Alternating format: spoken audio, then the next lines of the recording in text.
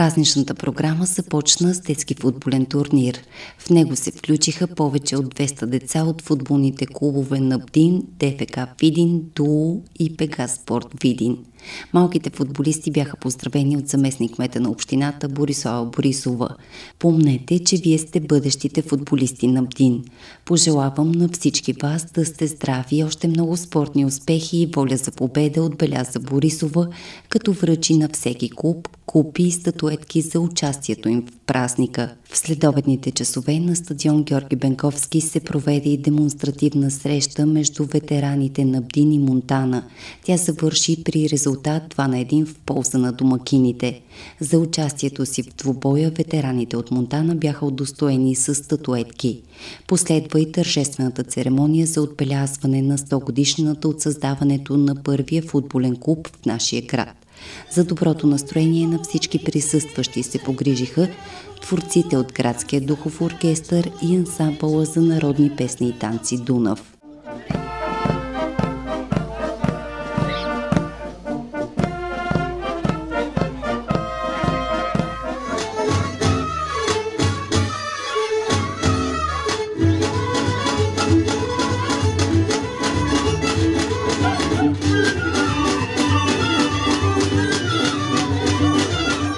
За да почетат едновековния юбилей на градския стадион се събраха редица официални гости, настоящи футболисти, ветерани, млади надежди, футболни деятели, запалянковци. Наистина 100 годишнината е изпъстрена с много емоции. Радвам се да видя наши съграждани, които са допринесли за развитието на футболната игра. Какъв по-голем комплимент и дар за видинчани е тази година нашия футболен клуб да влезе и в Б група и ангажиментите на ръководството на клуба и на общината са огромни и целите, които сме си поставили, се надявам да ги сбъднем. Това е едно изключително място. Една от старите столици, както обичат кметовете тук да казват на България, Видин, с огромни традиции. В най-великата игра, която всички толкова много обичаме. Има много игри, но тази е най-голямата и най-великата. За 100 години това е сериозен юбилей. Един изключително велик тим. Аз се радвам, че днес сте в второто ниво. Отново, след толкова много години и ви пожелавам от сърце наистина здрава ръка и голямо желание. Огромно желание, за да върнете старата слава на този велик тим. Поклон! Обичате отбора, това води след себе си деца на терена, това води бъдещи успехи. Видин е град, както казах, с история. Имате много къде да се връщате. Във всички аспекти има какво да става по-добре винаги, разбира се, но това може да го направите всички вие само заедно. Всички усилия заедно могат да доведат Видин и на футболната карта, там където е мястото. Ние във Враца ви очакваме на футболния терен, дай Боже, в А група, още до година. Разбира се, може би няма да стане до година, но пътя е важен, усилията са важни, полагайте ги, струва си. Казвам ви го като заместник кмет по спорта на община, в която сме в А група вече няколко години подред. Струва си всяко едно усилие, помагайте с каквото можете, защото резултата са тези деца. Празникът е повод да ви благодаря за труда, всеотдайността и старанието, които влагате за издигане авторитета на институцията, която се радва на заслужено присъствие в спортния живот на града и страната ни.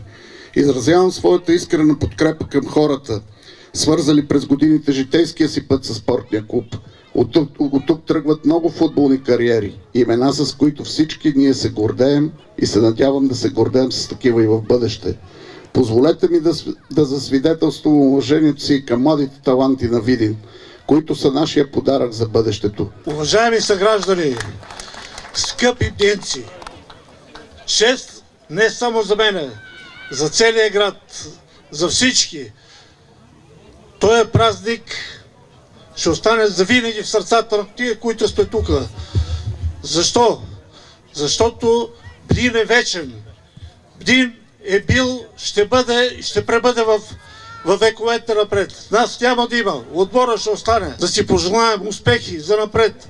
Да си пожелаем съотдайност и да обичаме от все сърце любимия отбор и любимия град. Благодаря ви. Изключително емоционално бе обръщението на една от легендите на БДИН, Петър Станков. Аз ще повдигна духа с нещо, което видях преди обяд. Дойдох тук на стадиона и гледах детския турнир. Знаете ли колко много деца имаше?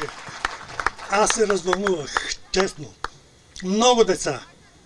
Ето това е гордостта и дай Боже да продължава тази традиция. Има кой да ни замести. Това е. Спокоен съм. Накрая, позволете ми все пак да не забравя на тези момчета, които тая година, при тези условия, успяха да направят възможното и да влезат в Б група. Браво! Едно големо благодаря!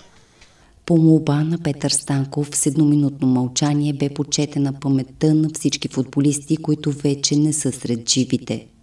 Бившият национал и състезател на видинския клуб Росен Кирилов пожела положителната промяна да продължи както за града, така и за спорта. Искам да пожелая на моя роден клуб да заеме мястото, което заслужава, именно като водещ клуб в Б група, а и дай Боже в близко бъдеще да намери място и в FBET лига, както така се нарича първото ни ниво днес. Всички казват колко значим е Видин, затова няма никакъв спор, затова сметам, че вие ще носите в сърцето си този клуб дълги години и разбира се, ще славите своя роден град. Заповядайте. Благодаря.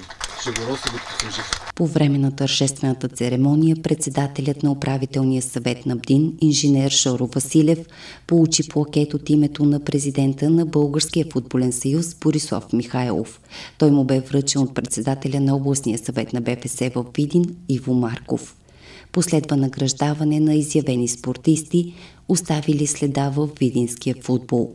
С бронзова значка бяха удостоени общо 10 души, сред които Иван Живков, Иван Александров, Борислав Митков, Андрей Кирилов, Спас Боянов, Пламен Банчев, Пламен Русинов.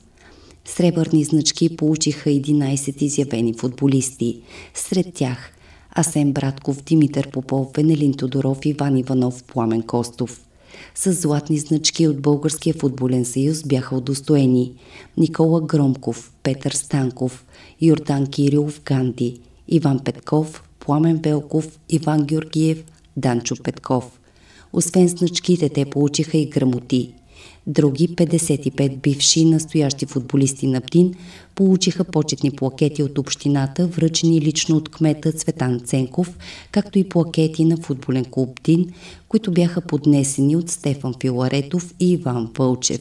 Признание получиха и футболни съдии. По повод юбилея Общинската администрация и Държавен архив Видин бяха подготвили изложба, посветена на историята на футбола в града.